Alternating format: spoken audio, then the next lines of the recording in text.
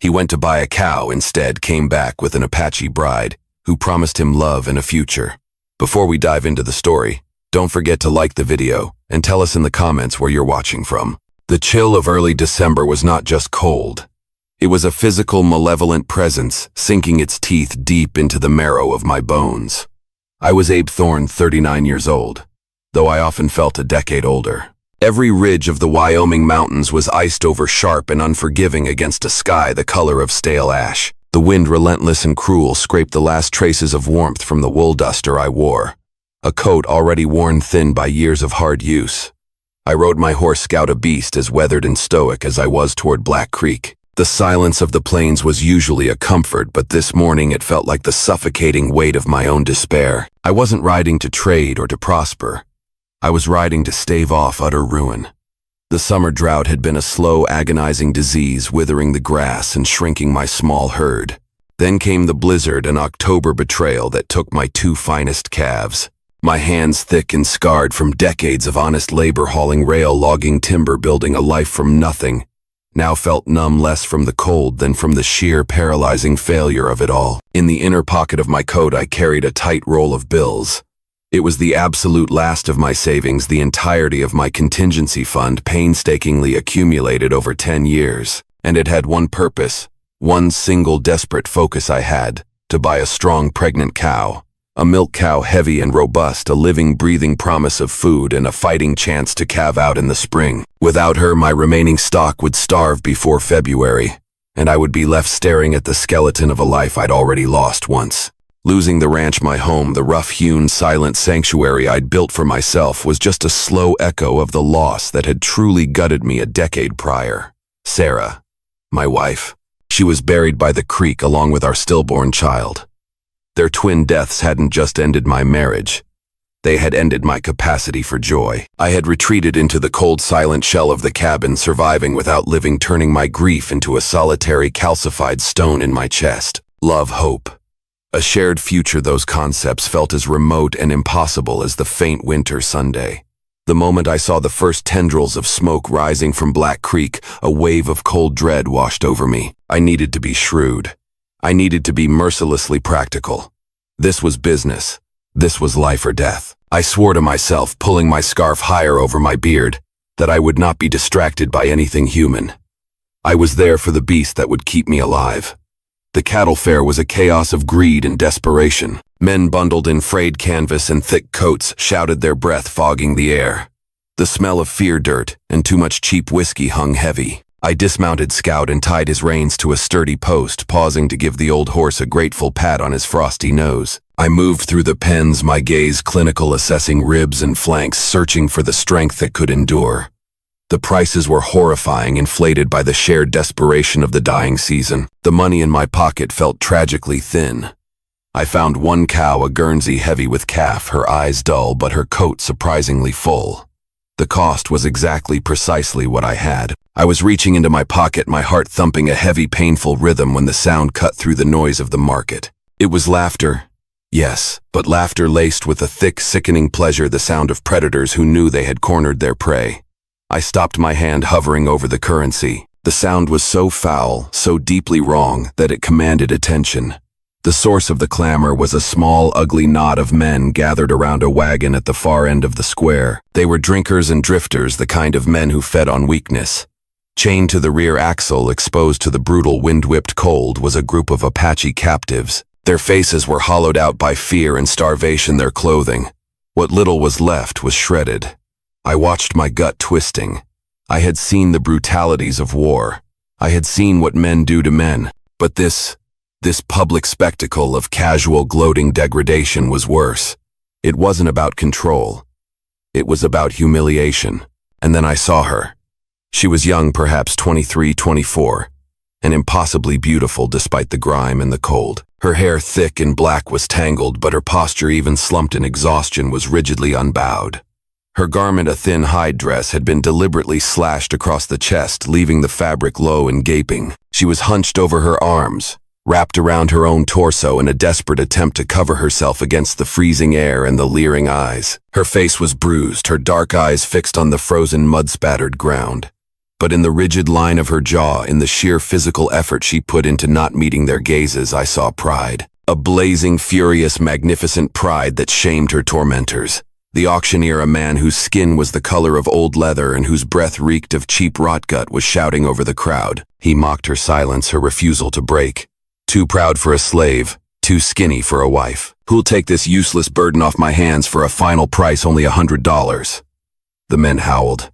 They threw taunts and filth. One swaggered forward, grabbing a handful of her hair, wrenching her head up to face the crowd. In that instant, her eyes wide and black with pure agonizing terror met mine. It was a brief, blinding connection, a scream without sound. A cold volcanic surge of rage erupted in my chest, a feeling so strong it was almost paralyzing. It wasn't pity. It was a searing, profound anger at the utter indecency of it. In that moment, watching that proud young woman suffer a public shaming that stripped her of everything but her will, I felt the thin, bitter walls of my own self-pitying grief crumble. I came for the cow, Abe. I came for survival. Do not be a fool. You are ruined if you spend this money. The warning was loud and clear in the back of my mind, the voice of pure reason. But my hand, ignoring the logic, plunged into my pocket and pulled out the entire thick wad of bills. It was warm from my body, a dying ember of hope. $200, I heard myself say. My voice was rough, unpracticed, cutting through the noise like a rusty saw. The crowd went silent. The auctioneer stared at me, his eyes widening from greed to startled shock. You hear that, boys? The quiet man wants to buy himself a temper. I walked forward, my boots crushing the frozen mud, until I stood just a few feet from the wagon. I pressed the entire roll of currency, every penny, every shred of my future, into the auctioneer's startled, greasy palm. The exchange is complete, I said, my gaze never leaving his. Cut her loose. He counted the money with a swift, predatory intensity, shrugged, and then with a flourish cut the rope that bound her wrist to the wagon. The sharp snap of the fiber was the sound of my life breaking and simultaneously beginning anew. The woman stumbled free, her bare feet landing on the frozen ground. She was shivering violently, clutching the tattered fabric close. Her eyes darted from the rope to the auctioneer to the taunting crowd, and finally they landed on me. There was no gratitude, only profound confusion. Raw terror and a fierce, unspoken question. What is your price? I offered her my hand, my palm thick and scarred. She looked at it as if it were a coiled snake. I mounted scout, and then I reached down again. Come, I said the word, simple, final. After a long, agonizing moment, she placed her icy, fragile fingers into mine. Her touch sent a jolt of cold shock up my arm. I pulled her up and swung her onto the saddle behind me. As we rode away, the shouts of the angry, cheated men calling me a fool, a sentimental idiot, a man who traded his life for a curse, were just background noise. I had no cow. My ranch was ruined. My grief was still heavy. But for the first time in 10 years, I felt a clean, terrible clarity. I had bought not a life, but the right to look at myself in the mirror. The hollow ache in my chest was replaced by the terrifying, immense weight of responsibility. The ride back was an eternity measured in the bitter north wind and the profound electric tension between us. Kiana, the name, was still unknown to me, but the presence was all too real, was rigid behind me. Her slight frame was pressed against my back, but she held herself with the tautness of a spring ready to recoil or strike. I could feel her cold radiating through the heavy wool of my duster. She gripped the saddle horn with white knuckles, her breath a series of small, shallow puffs against the back of my neck. I knew her mind was a battlefield of fear. Is he taking me to another master? Is this a private humiliation? What does he want? I wanted to tell her, you are safe. I want nothing from you. I just couldn't leave you there. But the words, heavy with complexity and assurance, felt utterly useless. My English would only sound like a threat, so I kept my silence, focusing on the rhythmic plod of Scout's hooves and the sheer necessity of getting her out of the cold. The cold was monstrous. I cursed my own lack of forethought. Bare feet on the stirrups, thin hide on her back. I had bought her bare life, but I hadn't bought her survival gear. Her shivers were now deep, bone-rattling tremors that occasionally transferred their desperate energy to my own spine. I considered stopping, building a quick fire for warmth, but the fading light and the danger of stopping with a terrified captive in the open quickly dismissed the idea. We had to make the cabin. We had to find shelter. I focused on the land, watching the pine forests darken as the sun sank below the peaks. The landscape was desolate, unforgiving, a perfect reflection of my heart. I was bringing her to a home that was nothing more than a wooden grave for a dead family. What right did I have to burden her with my emptiness? When we finally rounded the last ridge and my small valley came into view, the sight was bleak. The cabin nestled low against the foothills looked smaller and more precarious than ever. A thin, hopeful curl of smoke issued from the chimney, the last of the coals I'd banked that morning. The few remaining cattle were huddled together, looking like mounds of frost-covered sorrow. I dismounted first, my legs cramping from the long ride. I reached up and helped her down. She landed awkwardly, the pain of her frozen feet visible in the sharp intake of her breath. She didn't let go of the saddle horn until I had the reins secure in my hand. She stood a few steps behind me as I led Scout to the shed, scanning the rough-hewn logs, the tools, the darkness of the pines. Every shadow was a potential threat. Every sound a warning. She moved with the ingrained caution of a deer in wolf country. I took the saddle off, gave Scout water, and turned to her. I gestured toward the cabin door. She followed, her eyes fixed on my hands. The cabin was a single room, small, crude, and cold despite the banked fire. The air smelled of stale smoke and old wool. It was an inventory of my decade of solitude. One iron stove, one rough pine table, two unmatched chairs, and one single narrow bed against the far wall covered with a heavy folded quilt. Her eyes immediately swept the room, registering the scarcity and the absolute undeniable fact of one bed. Her posture tightened again, shoulders hunching, ready for the inevitable demand. I ignored her reaction. I set my rifle in its customary spot by the door. I hung my duster on a peg. I moved slowly, deliberately, every action designed to be transparent and non-threatening. I was not a soldier now. I was a host attempting to disarm a terrified guest. I went to the stove, added kindling, and a small log, pumping the bellows until the embers glowed an angry welcome red. The heat began to seep into the room, chasing back the worst of the cold. I filled the pot with water from the bucket and poured in a handful of dried beans and a scrap of salt pork. The smell of the cooking food, the first promise of sustenance, was the only comforting thing in the entire charged space. She remained by the door, shivering violently now that the adrenaline was fading. She was cold, she was hungry, and she was bracing herself for the transaction she knew must come. I pulled out one of the chairs at the table. I ladled a generous portion of the thick, steaming beans into a tin bowl and set it across the table from where I sat. I didn't speak. I simply gestured toward the bowl and the chair. She moved with an astonishing, almost mechanical stiffness. She settled on the absolute edge of the chair, her arms still crossed over the torn dress. She picked up the spoon as if it were a weapon, taking painfully small bites, chewing with agonizing slowness. I watched her, and I knew that she was testing the food, testing the air, waiting for me to speak the price of the meal. I ate my own bowl, focusing my eyes strictly on the stove, and the dancing firelight, refusing to meet her gaze, refusing to participate in the humiliation inflicted upon her by other men. I was determined to give her one essential truth: I would not look at her like that. The tension eased a fraction when she realized I would not interrupt her, not snatch the bowl, not stare. It was the first quiet victory against her fear. She finished the bowl, scraping the tin clean. When I stood to rinse my bowl, she startled. But then, to my surprise, she rose, took the drying cloth from the shelf, and silently began to wipe the utensils clean. It was a reflex, a return to shared necessary labor, a first tentative step toward shared existence. I let her do it, watching her capable hands work with an economy of motion. Her feet, they were the most shocking thing. Bare on the cold dirt floor, already blue and chapped, the skin cracking from the cold and the rough ropes. It was a glaring failure on my part, an immediate debt of humanity I needed to repay. I walked to the small wooden chest near the head of the bed. It was the only furniture in the cabin that was not purely functional. It was Sarah's chest. For 10 years I had treated it like an altar, a repository of impossible grief. I kept my own winter gear there, but deeper down I kept a few small relics of my wife. I knelt, pushing aside the thick, rough canvas of my own extra shirts. My hand brushed against a soft linen fabric. The memory was immediate and painful. Sarah's touched the scent of lavender and starch. I forced the thought away. The present demanded action. I pulled out a pair of thick, hand-knitted wool socks. They were mine, worn soft at the heel, patched a decade ago, but dry and clean. I stood and walked to the bed, setting them carefully on the single quilt. I did not speak. I did not gesture. I simply placed the socks down and turned back toward the stove, pouring myself a cup of thick black coffee. I waited. The silence was agonizing. She stared at the socks, then at my back, She was calculating the transaction. What is the price for this small piece of warmth? She searched my posture for a claim, a demand.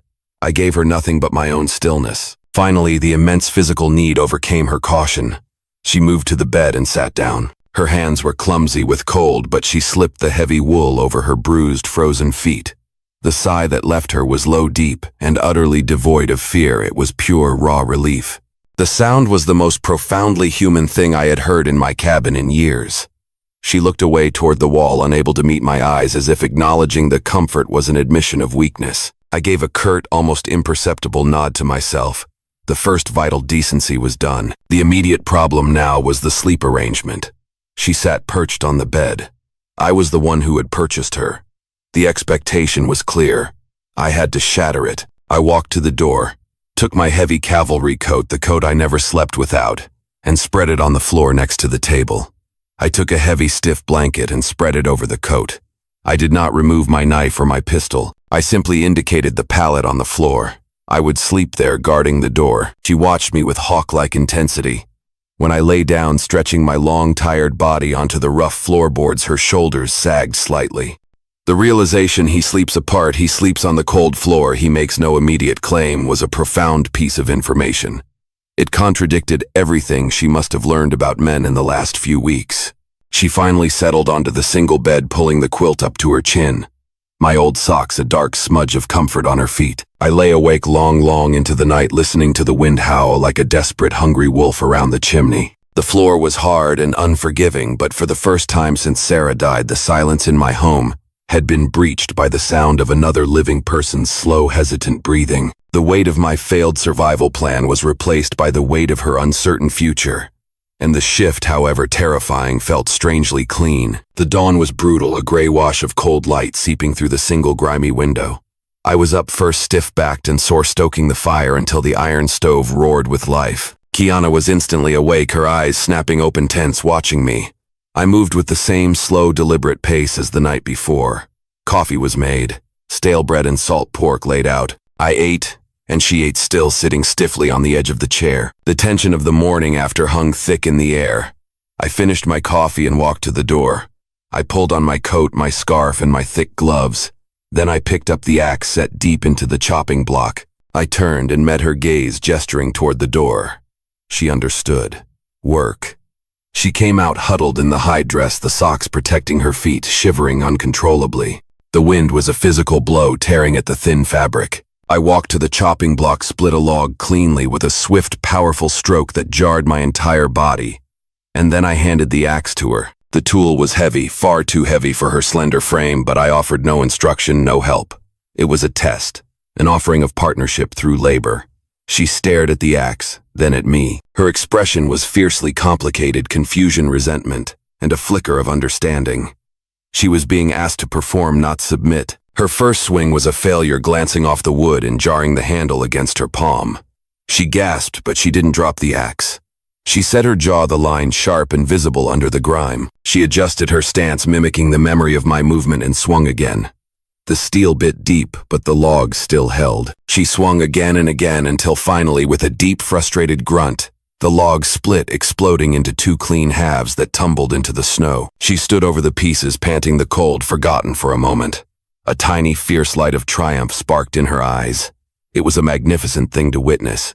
I didn't cheer. I didn't praise. I simply walked over, gathered the wood, and gave her a short, definite nod of acknowledgement. It was enough. It was more than enough. It was the validation that she was not just my purchase, but my necessary counterpart in this fight for survival. She learned the chores with startling speed. She didn't need repetition. She needed only one demonstration of how to feed the horses, how to check the fencing, how to haul the heavy, freezing water. She watched my hands, her dark eyes sharp and intelligent, storing every detail. The language barrier was an immense, clumsy wall, but it was shrinking, replaced by the universal language of survival. A pointed finger, a nod, a shared grunt of exhaustion that was all we needed. I started to notice her quiet resourcefulness. When the ice on the creek became too thick to chop, she pointed to the heavy snowdrifts and scooped the cleanest snow into a bucket. Inside, she set it by the stove, letting it melt, slowly saving us a punishing trip down the icy bank. She was practical, brilliant, and utterly essential. The weeks dragged on a cycle of bone-deep cold, exhausting labor, and the growing tense silence of our shared life. We were two animals huddled together for warmth, respectful of each other's space, but intimately bound by the crisis. The old hide dress, however, was failing. The thin material was tearing further, the neckline gaping, exposing her chest constantly to the brutal air. She was constantly, desperately hunched, trying to cover herself. The gesture was heartbreaking, a reflex of shame imposed by the men who had violated her dignity. It was a visible reminder of her captivity, and it shamed me every time I saw it. I hated that she had to carry that burden of humiliation in my presence. On the fourth morning, with the cold so intense it cracked the very logs of the cabin walls, I knew I had to act. I went to the chest. My hands shook as I reached inside. I was looking for a garment, any garment that was warm, clean, and provided coverage. My fingers found an item I hadn't touched in nearly 10 years. Sarah's old calico shirt. It was a faded blue thin from countless washings, but it was cotton, and it was a proper shirt. The memories were a physical punch to my gut, the scent of Sarah's skin, the memory of her hands patching the collar.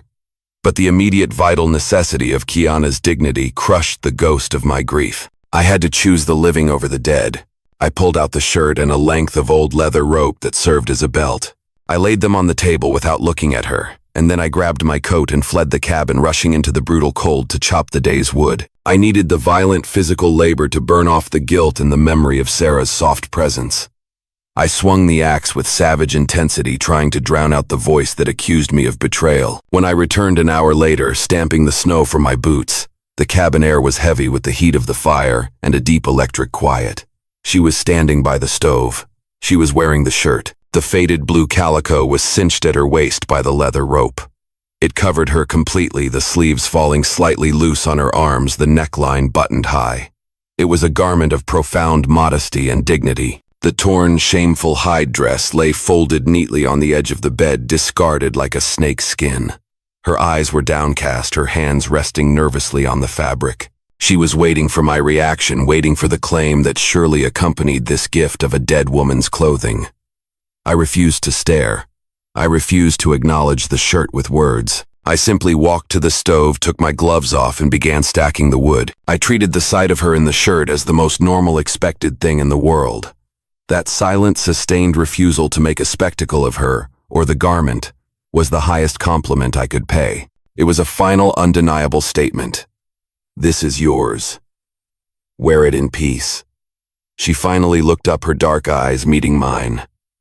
The fear was gone. In its place was an intense, powerful relief, a sense of having been restored to herself. That night, she took a piece of canvas from my supply and began to repair a tear in the sleeve of my heavy duster. Her hands, nimble and sure, worked the needle with quiet concentration. She was not asking for permission. She was simply contributing, solidifying her place, cementing the partnership with thread and skill. The slow shift in our dynamics culminated one freezing afternoon. I was sitting at the table, sharpening my hunting knife, the silence once again full and productive. She was near the stove, stirring the evening stew. She spoke, then, the sound soft, hesitant, yet carrying the weight of a declaration. She had been learning the basic English words I used, matching them to gestures. Mine too. I paused, the whetstone lifting my gaze. Yours too.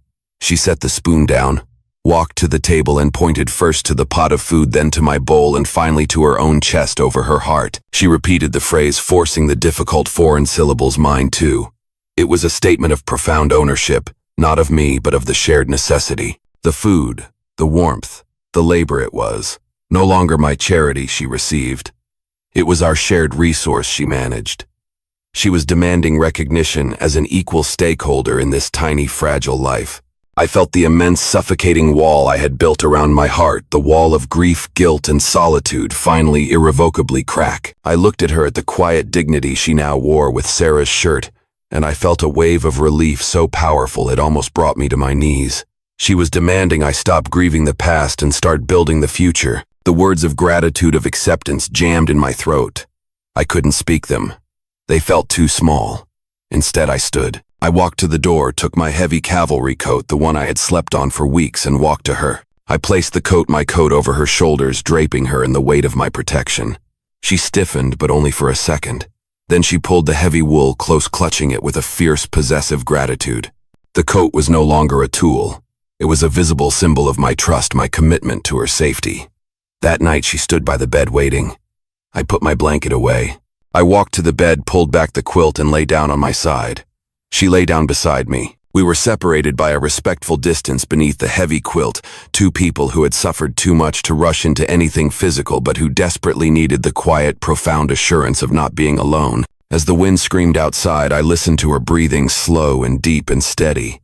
It was the music of the living, and it had finally, after 10 years, filled the silent tomb of my home.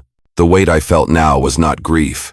It was the intense, terrifying, beautiful weight of another life depending on mine. The change in our relationship from warden and captive to quiet partners allowed the deeper, more agonizing truth to surface, the truth of my past. I couldn't let her believe I was a man without history, a man who simply didn't care for intimacy or connection.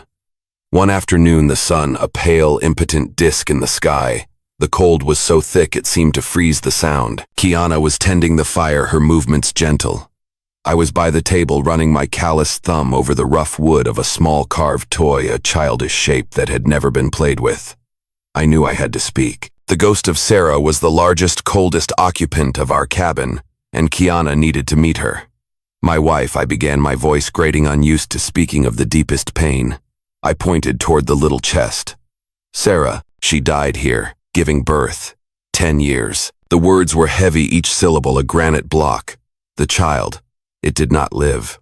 I told her about the hope, the 2 years of fierce, impossible happiness, and the day I dug 2 graves by the creek. I told her about the silence that followed, a silence I had worn like a heavy protective suit of armor ever since. Kiana turned, her face a mask of deep, solemn understanding. She didn't offer empty platitudes or pity. She walked to the table and gently touched the wooden toy. My husband, she whispered, her English still patched but filled with immense meaning. The hunters. They came in the dark. Silence. Mine too. She put her hand over her heart, then moved it outward in a low gesture of emptiness. I know this place. It was a staggering gift. She wasn't just acknowledging my pain. She was claiming shared territory in the landscape of loss. We were 2 broken vessels, finding that our cracks aligned perfectly, allowing us to hold a shared new substance. The immense, agonizing guilt I carried, the betrayal of feeling alive with her when Sarah was dead, eased. I hadn't betrayed the dead. I had merely chosen to honor the living. You look with your face toward the grave, she said, her voice quiet but strong, like the sound of ice breaking on a river. I look with my face toward the Sunday. She placed her hands on my shoulders, warm and firm. I am Kiana, not Sarah, not a ghost. I bring the new future. Her refusal to accept my permanent state of mourning was the most aggressive, vital declaration of love I had ever encountered. The pain was still there, a jagged scar on my soul, but Kiana was teaching me that a scar did not have to define the entire landscape. The heart of winter arrived, then a prolonged siege of the elements. It was a test of the most fundamental level, a trial by fire and ice that demanded every ounce of our combined strength. The temperature dropped so low that the kerosene in the lantern thickened, and the very act of breathing was a painful shock to the lungs. Our life became a continuous, necessary rhythm. Up before dawn, the stove demanding constant feeding, clearing the snow from the barn doors, breaking the ice on the small waterhole for the few remaining pitiful cattle. Every single task was heavy, cold, and slow. In this relentless grind, Kiana proved her mettle tenfold. She handled the extreme exhaustion with a quiet dignity that shamed my occasional complaints. She developed an almost psychic understanding of the cattle, knowing when one was about to succumb to the cold, and she would drive the weakest one into the shed, forcing it to eat the last of the hay. I relied on her completely. I stopped thinking of her as a cost and started thinking of her as my anchor. When my arm was numb from hauling wood, she would take the axe without a word. When I came back with ice crusting my beard, she would already have the coffee hot, holding the tin cup in both hands for extra warmth. Her presence had a primal, sustaining quality. The cabin was no longer merely a shell against the weather. It was a hogan, a shelter built by 2 wills that refused to break. She taught me Apache words that reflected the cold and the fight, Twe Night Coast Cloud and Deal Mountain. When I came in covered in snow, I would simply say, "Cold, too much DZU," and she would understand the gravity of the struggle. I was no longer wearing the silence of a widower. I wore the tense, focused silence of a man guarding his home, his partner, and his future. The physical intimacy we had found was quiet, respectful, and deeply necessary, a mutual seeking of warmth and assurance in the face of deathly cold. It wasn't fueled by lust, but by the desperate adult need for shared existence. One evening I returned to find her by the fire. She had taken the torn scraps of the old hide dress and sewn them into heavy patches for my worn boots, strengthening the leather against the mud and ice. It was a deeply personal act, taking the painful symbol of her captivity and transforming it into a necessary tool for my survival. I felt a love so profound, so strong it was almost painful. It wasn't the easy, bright love I'd felt for Sarah. This was a heavier, darker, enduring love forged in the fires of mutual salvation. It was nearing the end of the 6th week, and the weather had mercifully eased into a temporary brittle thaw. The sun, weak but visible, hinted at the possibility of life. And with the break in the weather came the inevitable contact with the world I had tried to escape. I was splitting a thick log near the barn. Kiana was inside tending to the skittish heifer. The sound of a horse approaching fast with a cynical arrogance told me all I needed to know. I set the axe down slowly, my heart rate spiking. She emerged instantly from the barn, her eyes wide, sensing the intrusion. She was wearing the blue calico shirt, my cavalry coat wrapped tightly around her against the chill, but the look of raw terror that flashed in her eyes was unmistakable. It was the same look from the fairground. A greasy-looking trader named Silas rode into the yard. He stopped his horse abruptly, his cold eyes sweeping over Kiana, then over the improved look of the cabin and the well-tended woodpile. He wore a heavy sheepskin coat, but his expression was sharper, colder than the wind. Well, Thorn Silas, drawled the sound, a low, sneering violation of the quiet. He swung down his boots heavy on the wet ground. Heard you were still alive. Heard you actually spent your cow money on a piece of wildcat. Thought you'd have more sense. Kiana froze, her body rigid, pressing herself against the rough wood of the barn door. She knew exactly what he represented. She's not a piece of anything, Silas. I said, my voice low, my tone flat, dangerous. I moved deliberately until my entire frame was between him and her. My hand was resting on the worn wooden handle of the axe. Silas chuckled, a dry, ugly sound. Don't get sentimental, Abe. They always run, always steal. You'll wake up one day with a knife in your ribs. Look, I'll make you an offer. I've got credit trade goods. I'll take her off your hands, no questions asked. You can cut your losses, get back to survival. He took a step forward, his eyes trying to peer around my shoulder to get a better look at her face. Kiana's ragged breath was audible behind me. She was trembling, but she did not flee. She held her ground, trusting me. My focus narrowed entirely on Silas. The cold rage that had driven me at the fair returned, but this time it was protective, pure. She is not for sale, I repeated the statement. A final, unbreakable law. The money is spent. The transaction is closed. Silas scoffed. You're a damned fool, Thorn. A sentimental old man. He took one last look at the woman he saw as property. It's just a matter of time. I didn't argue. I didn't threaten. I let my silence and my stance do the talking. I met his eye unblinking until the realization dawned on him. I was not the quiet, defeated man he remembered. I was a man guarding something immensely precious. Silas finally cursed, mounted his horse, and rode out. His final words echoed back. You made your bed. Thorn, don't come crying to me when she burns it down. I stood rooted to the spot, listening until the faint sound of Silas's hooves died completely in the distance. Only then did I turn slowly to face Kiana. She had collapsed against the barn door, the adrenaline finally draining away, leaving her utterly exhausted. Her face was pale, her dark eyes still wide with the shock of having faced her past again. I walked to her and gently put my hand on her shoulder. She flinched, but then leaned into the touch. And then she spoke, her voice cracked the word, carrying the full immense weight of her history and her confusion about me. Why, it wasn't a question about Silas. It was the deep, raw question of her life. Why me? Why did you risk everything? What is my worth to you that you would choose me over your own life? I looked at her, at the woman who had brought life back into my dead world, at the partner who had kept the fire burning and the herd alive. My throat was thick with a wave of emotion I hadn't felt capable of in years. I couldn't offer a philosophy. I could only offer the simplest, deepest truth I had learned in the crucible of that winter. Because you're here now, I said. My voice was low, resonant, carrying the absolute finality of my decision. And I would not lose you to the cold or to men like him. It was a declaration of existence. You are here, therefore you matter. Your survival is my survival. She stared at me, searching for the lie, the qualification, the hidden price. When she found none, the rigid tension in her body finally completely dissolved.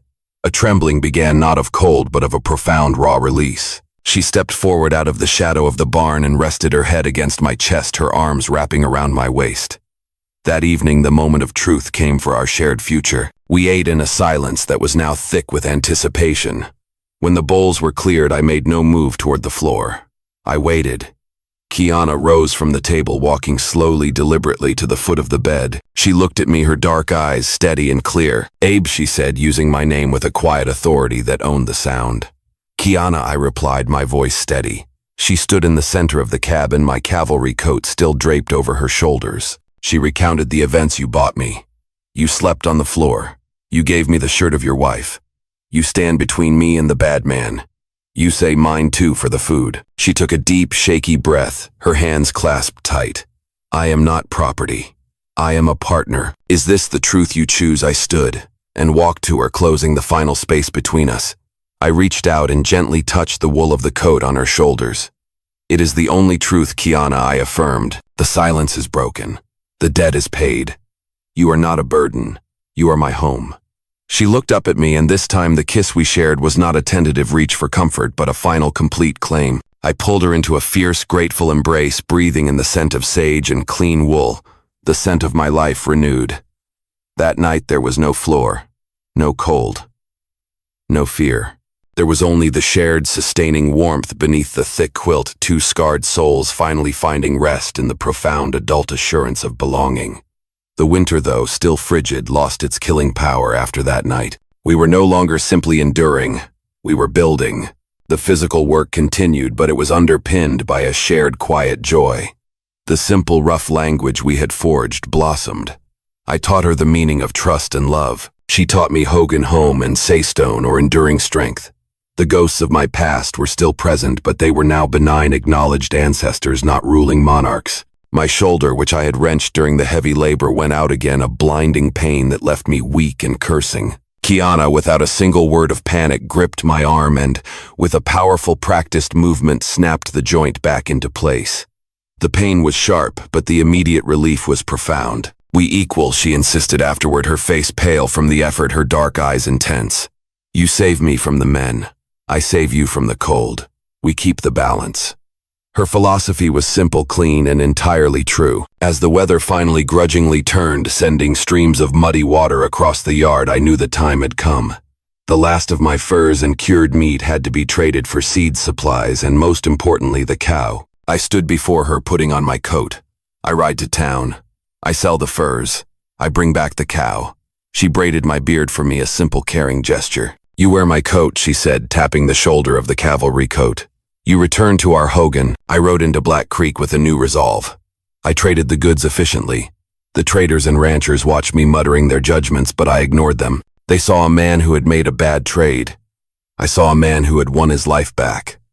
I walked into the general store. I bought the essential supplies, flour, coffee, and planting seeds. Then I went to the small counter where trinkets were sold. I didn't look for gold or diamonds. I looked for something honest. I found a simple, heavy band of unpolished brass. It was wide and thick, the metal dull and strong, a working man's ring. It had no shimmer of pretense. I bought it. I rode back, not immediately to the cabin, but to the cemetery plot by the creek. I dismounted and stood by the two small sinking graves. "Sarah," I whispered the name, finally free of paralyzing grief. "I came back. I survived. The cow is coming." But more than that, I found a partner. Kiana. I told the silent earth about her strength, her skill, the blue calico shirt, and the shared breath in the dark. I looked back to the rising Sunday. Kiana met me halfway to the cabin, bundled in a shawl, waiting for my return. We led the new cow, a sturdy Hereford, back to the barn. She was a fine animal, the anchor of our survival. Inside the cabin, I pulled Kiana close. I took the brass ring from my pocket. It was cool and solid in my hand. "This is not gold," I said, my voice thick with emotion. "It is honest metal. It is strength and endurance.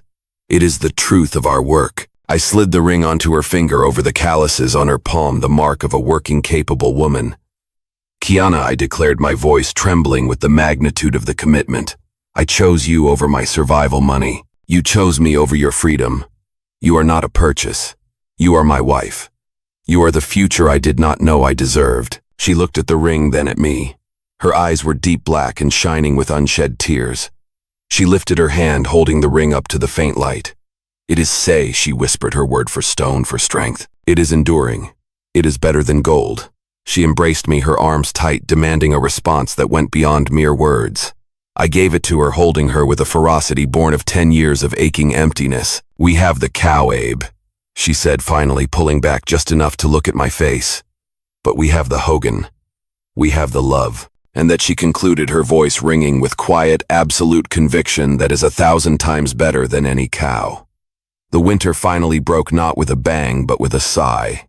It was late March when the last stubborn crust of snow receded from the south-facing slopes, unveiling the pale, hopeful green beneath. The mud was everywhere, thick, sucking, glorious mud, the smell of thawing earth and running water, replacing the sharp metallic tang of the bone-deep cold.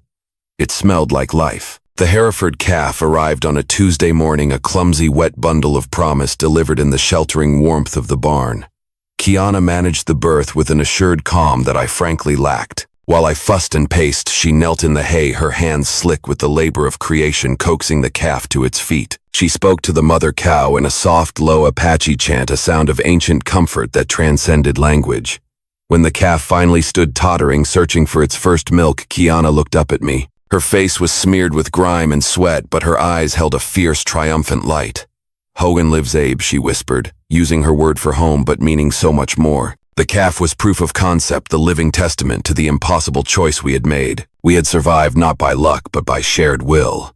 The days that followed were consumed by the work of the new season. Kiana insisted we change the path of the small creek, digging and guiding the water into a new channel to irrigate a patch of ground near the cabin. She explained her tribe's methods of dry farming adapted to the harsh mountain soil. She didn't ask permission. She demanded participation. I learned to follow her silent, confident lead, trading my certainty for her wisdom. The neighbors, the ones who called me a fool and her a curse, stayed away mostly. But their shadow remained. Sometimes when Kiana and I were working together on the fence line, I'd catch the distant sight of riders watching us from the high ridge. They were waiting for us to fail, waiting for her to run, for me to break, for the cold logic of their prejudice to be proved right. But their judgment was now just distant noise. Their world was defined by fear, by boundaries, by what they were willing to lose to survive. Our world, our Hogan, was defined by what we were willing to gain, a messy, complicated, and utterly real future. I often thought about that moment at the fair, the split second where I chose human dignity over mere financial survival. The memory of the money, $200, my entire future, felt small, trivial, almost absurd, compared to the life that brass band on Kiana's finger represented. I'd paid the price of a cow, but I had purchased the true price of a life redemption. One evening we stood on the porch, wrapped in the last chill of the twilight. The stars were brilliant, cold points of light in the vast Wyoming sky. Kiana leaned into my side, her head resting against my shoulder. We didn't talk about the ranch, the fences, or the planting. You look with your face toward the sun, say, I said, finally using the Apache word she had taught me, say, enduring strength to name her. She smiled, a slow, magnificent curve of her lips that chased away the last shadows of the long winter. We walked together, Abe, she murmured. We are two roads meeting here, and now we are one path. I drew her closer, looking out at the dark, vast sweep of the land. It was still unforgiving, still hostile, but it was ours. The ghosts were quiet now, and the sound of Kiana's steady breathing next to me was the only history I needed. The ranch was still deeply in debt, the spring planting was a massive gamble, and the world still watched, waiting for the ruin. But ruin would not come. The winter had stripped us bare, but it had revealed the enduring core of who we were. We had chosen not just to survive, but to build. And together, we were already home. Enjoying these epic Wild West stories? Hit subscribe for more gripping tales of bravery, conflict, and unexpected heroes. Now tap the video on screen to experience a story with a twist you'll never forget.